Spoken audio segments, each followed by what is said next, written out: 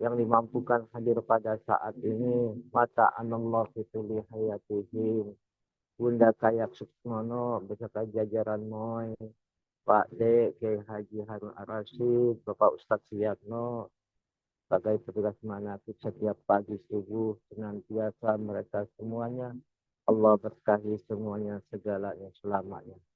Para pemangku manasik, para asatid, para hujat, dan seluruh ikhwan wal akhwat yang sedang menempuh hakikat kesucian jiwa, rahimahumullah. Puji syukur kehadirat Allah Subhanahu wa Ta'ala, karena pada saat ini kita masih dimampukan oleh Guru Agung kita semua untuk bermuwajahah, bersilaturahim di dalam ruang boy yang mulia ini. Senantiasa hubungan semua ikhwan di dalam manhaj online internasional ini menjadi keridhaan Allah Subhanahu wa Ta'ala untuk datang kepada kita semua. Sejatinya manusia diturunkan ke muka dunia ini sebagai khalifatul fil ard, sebagai pemimpin di muka bumi ini. Mereka harus bertanggung jawab dengan konsekuensi yang mereka sudah terima perintah dari Allah Azza wa Jalla, bagaimana menjadikan dirinya, menjadikan bumi ini adalah pijakan sementara yang akan kelak mereka kembali ke hadapan Allah. Saat ini kita tahu umat Islam lagi sibuk-sibuknya memikirkan bagaimana mereka bisa pulang kampung ke kampung halaman. Disibukkan dengan bagaimana bersilaturahim sesama saudara-saudara. Disibukkan bagaimana bisa membayar zakat fitrah. Tapi sekarang ini yang terbanyak bukan zakat mal, tapi zakat mal. Karena apa? Mereka berbondong-bondong ke tempat-tempat yang menjual produk-produk untuk memenuhi syahwat jasmaniahnya agar terlihat bagus, terlihat indah di hadapan manusia. Tapi itulah namanya dunia. Dunia harus diatur, dunia harus dipenuhi, tapi tidak melampaui nafsu-nafsu tersebut melewati batas-batas syara yang Allah beri. Maka di sini bagaimana kita sebagai manusia, sebagai insan, tidak merugikan orang lain, tidak merusak orang lain. Sesungguhnya mereka berkumpul di dunia ini, nanti dikumpulkan di akhirat, mereka harus bersama dengan orang-orang yang bisa menyatukan dirinya, ruhaniyahnya, untuk senantiasa bertakwa kepada Allah. Tentunya sejak dahulu kala, yang namanya manusia beruntung selalu berusaha untuk diri, agar selalu beruntung dalam segala usaha. Sebaliknya orang yang merugi, yang telah dinyatakan oleh Allah di dalam Al-Quran, selalu berusaha menguntungkan diri sendiri, walaupun harus merugikan orang lain. Ini banyak. Mereka berusaha yang penting dirinya untung, orang lain masa bodoh, orang lain rugi. Terserah orang lain, yang penting saya untung. Kalau bisa hal-hal yang memang dia bisa mendapatkan hasil yang luar biasa, tidak peduli dengan cara merampok, dengan cara membohongi, dan sebagainya. Sebagaimana firman Allah dalam surat Al-Asr ayat 2, Innal insana lafi khusr. Sesungguhnya manusia itu dalam kerugian. Siapakah yang akan berusaha untuk menguntungkan diri sendiri dan tidak merugikan orang lain? Jawabannya pasti yang begitu adalah orang yang beriman. Orang yang beramal soleh. berwasiat dengan wasiat yang benar, serta bertausiahnya dengan kesabaran. Seperti dijelaskan dalam Al-Quran surat Al-Asr ayat 3. Watawasau bil haqqi watawasau bis sabr. Yang berwasiat tentang kebenaran dan kesabaran. Yang dimaksudkan dengan orang beriman ialah yang istiqamah dalam mengamalkan tiga unsur. Tiga unsur tersebut dalam ketentuan iman. Sebagaimana disabdakan oleh baginda Nabi besar Muhammad Sallallahu Alaihi Wasallam, al-imanu ma'rifatum bil qalbi wa qaulun bil lisan wa amalun bil arkan. Iman itu ialah ma'rifat dengan hati dan ucapan dengan lisan dan berbuat dengan anggota badan. Ketiga-tiganya mesti dilaksanakan dengan kekalnya kontinu pada waktu. Seperti kita berzikir. Zikir itu diucapkan dengan lisan kita. Dan juga mengucapkan dalam kalbu kita. Jangan sampai lupa pada Allah. Dan dirasakan dengan merasakan kehadirannya. Merasakan kejamaliahan Allah. Merasakan betul-betul eksistensi Allah. Itu betul-betul al-muhit meliputi kita semua. Apa yang dimaksud dengan namanya tiga bagian tersebut, tiga unsur keimanan tersebut? Yang satu makrifat dengan hati. Artinya dirasakan dengan hati. Bukan hanya memahami melalui ilmu. Memang yang disebut makrifat itu pekerjaan hati. Karena disimpan di dalam hati, ditetapkan, diabadikan oleh Allah melalui ahlinya yaitu Syekh Mursyid. Maka makrifat itu ada di dalam hati manusia. Yang kedua, komponen yang kedua, ucapan dengan lisan. Ini yang dimaksudkan dengan apa yang tadi saya sampaikan, jangan sampai merugikan orang lain. Apabila seseorang telah mengaku beriman, mesti mengamalkannya dengan tetap pada waktunya secara istiqomah. Sebagaimana firman Allah dalam surat Al-Fusilat ayat 30 yang artinya sesungguhnya orang-orang yang mengatakan Tuhan kami Allah, innal ladina qalu rabbuna Allah tsumastaqamu tatanazzalu alaihimul malaikatul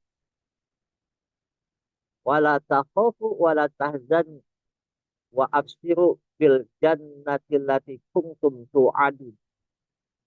Sesungguhnya orang mengatakan Tuhan kami Allah, innal ladina qalu rabbuna Allah, lalu mereka istiqomah sumastaqamu, dan mereka mengatakan istiqomah dalam mengatakan itu, maka turun kepada mereka para malaikat akan turun kepada mereka dengan mengatakan, janganlah kamu merasa takut dan janganlah kamu merasa sedih, dan bergembiralah kamu dengan memperoleh surga yang telah dijanjikan Allah pada. Yang dimaksudkan dengan istiqomah dalam mengatakan Tuhan kami Allah, Rabbunallahu tsumastaqamu, ialah membiasakan, mendawamkan, mengucapkan kalimat istiqamah, kalimat yang akan mengistiqomahkan semua amalan, yaitu kalimat la ilaha illallah pada waktunya, yaitu setelah selesai sholat fardu pada khususnya, yang telah kita biasa laksanakan oleh seluruh ikhwan Thariqah Qadilah Naqsabandi Mansuriah Sinarasa PPKN sesuai dengan petunjuk Rasulullah Sallallahu Alaihi Wasallam dengan suara yang jahar, suara yang keras, dengan pukulan yang tepat agar terdengar oleh orang Muslim. Mudah-mudahan mereka tertarik kepada kalimat itu. Apalagi di zaman Aba Aws, betul-betul kalimat yang diucapkan itu betul-betul mahrajil hurufnya tertulis dan nyata bahwa saya terdengar orang-orang lain kalimatnya seperti pas la ilaha illallah, tidak seperti dahulu karena saking cepatnya ritme nama bacaan kalimat tauhid hingga terdengar berbeda-beda. Ada yang mengenal ta he e. Seperti itu dari jauh terdengar. Ta padahal la ilaha illallah. Tapi terdengar itu ta he e. Terdengar oleh orang-orang yang beriman kalimat tersebut menjadi tambah keimanan. Ini yang dikatakan oleh guru kita. Karena dengan melaksanakan zikir jahar selalu akan membersihkan hati pelaksananya dan juga memberikan ketenangan kepada pelaksananya, yaitu ala bizikrillahi tatma'innul qulub. Juga dapat mensucikan nafsunya serta mengantarkan mereka ke hadratillahi dan meraih kemenangan sampai tujuan akhir, yaitu kembali ke alam asal ruh qudsi, pulang kembali kepada pulang kampung yang hakiki, yaitu kembali kepada ruh yang kesuci dalam kesucian Allah. Karena semua manusia dilahirkan dalam keadaan suci, kesucian itu hanya akan kembali dengan hanya melaksanakan zikir zahar seperti petunjuk Rasulullah Shallallahu Alaihi Wasallam ketika ditalkinkan oleh guru mursyidnya, guru ruhnya yang hanya satu pada masanya, yaitu malaikat Jibril alaihissalam. Dengan mengamalkan zikir tersebut sudah bukti sangat menguntungkan semua pihak. Karena dengan zikir itu berkembang dengan cepat para pengamal. Semakin bertambah pula unit-unit pembinaan. Maka berlipat keuntungan bagi pendiri dan peserta acara itu sekedar gambaran kecil saja. Apabila ada tempat manakib di seluruh Indonesia, 2.000 tempat manakib kali 1 juta rupiah setiap tempat sama dengan 2 miliar per bulan. Anggaran yang tidak bisa dianggap lumayan. Anggaran itu selain lebih menguntungkan pelakunya, tidak merugikan semua pihak, malah menjadi sasaran ahli bisnis untuk meningkatkan penghasilan. Kita lihat pengajian di mana-mana, di masjid-masjid besar, bukan hanya untuk kita ikhwan, tapi untuk lain daripada ikhwan. Dan ikhwan sendiri mengambil keuntungannya dengan ekonomi berjalan dengan baik. Banyak yang berdagang. Walaupun berdagang kita tidak tahu apakah keuntungannya hanya untuk dirinya dan juga untuk diberikan pada Syekh Mursyid. Contohnya dulu di Hotel Papandayan di Jawa Barat, para sahabat mengatakan yang tadinya hanya mendapatkan hasil 800 juta per bulan setelah dilaksanakan manakiban menjadi berlipat ganda. Langsung drastis penghasilannya naik 100%. Ini terjadi. Itu salah satu murid Abah, yaitu suami bunda saya. Maka manak itu semakin jelas tidak merugikan orang lain, tapi menguntungkan orang lain. Jadi kesimpulan yang kedua ini, dari unsur kedua ini, hanya orang-orang yang telah ditetapkan oleh Allah yang merugi baik di dunia maupun di akhirat.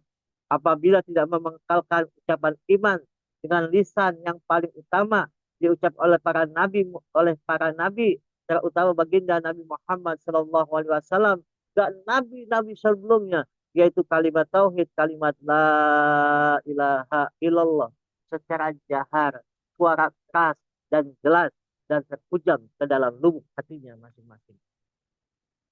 Maka dengan suara keras itulah Nabi dikatakan gila oleh orang kafir dan dikatakan riya oleh orang munafik. Sebagaimana firman Allah dalam surah Al-Qalam ayat 51. Dan sesungguhnya orang-orang kafir itu benar-benar hampir menggelincirkan kamu dengan pandangan yang sinis. Tak kala mereka mendengar zikir, mereka berkata, Muhammad benar-benar orang gila. Innahu la majnun.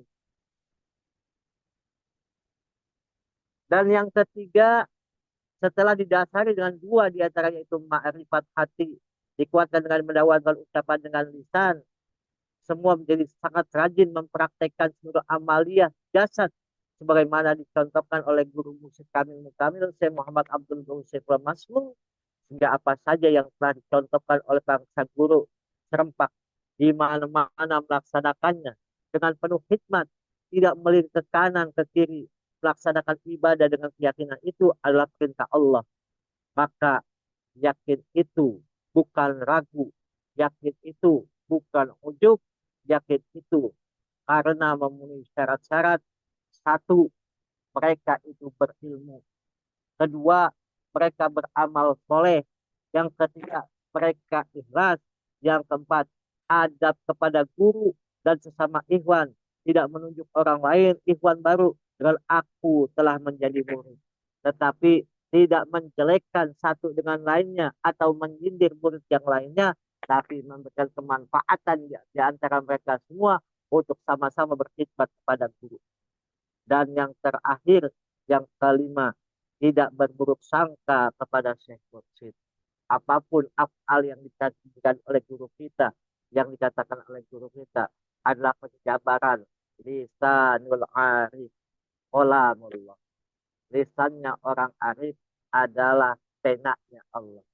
Pena yang menghujam dalam hati kita, bukan pena seperti ballpoint atau pena seperti namanya pensil, tapi pena itu adalah penanya Allah, Ruhul Amin, yaitu kalimat La ilaha illallah. Bekas semuanya segalanya selamanya. Mohon maaf. Wallahul muwafiq ila aqwamit thoriq. Assalamualaikum warahmatullahi wabarakatuh.